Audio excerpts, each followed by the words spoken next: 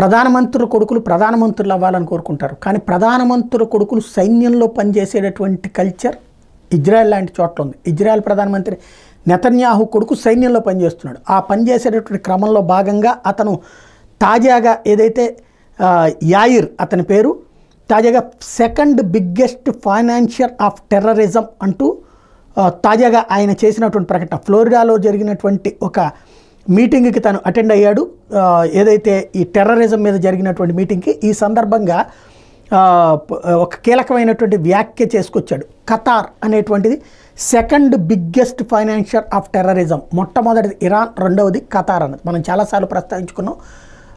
ప్రపంచంలో ఉన్నటువంటి సామాజిక వర్గం వాళ్ళందరి దగ్గర నుండి ఏదైతే మతరాజ్య స్థాపన కోసం అని చెప్పేసి డబ్బులు ఇవ్వమని చెప్పేసి ఆ డబ్బులంతా పోగేసి ఈ టెర్రర్ ఆర్గనైజేషన్స్కి ఇస్తున్నటువంటి సంస్థ ఖతార్.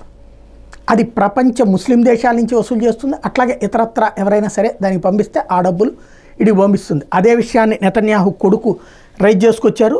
తీవ్రవాదానికి red carpet. ఖతార్లో ఏ తీవ్రవాదైనా సరే దర్జాగా తిరగచ్చు, తీవ్రవాద సంస్థల కార్యకలాపాలు నడుపుకోవచ్చు, వాళ్ళు అక్కడి నుంచి కార్యాలయాలే నడుపుకోవచ్చు. ఈ స్థితి ప్రపంచంలో తీవ్రవాదానికి అట్లాంటి రెడ్ కార్పెట్ పరిచే దేశం ఖతార్ మాత్రమే అంటూ ప్రస్తావించారు.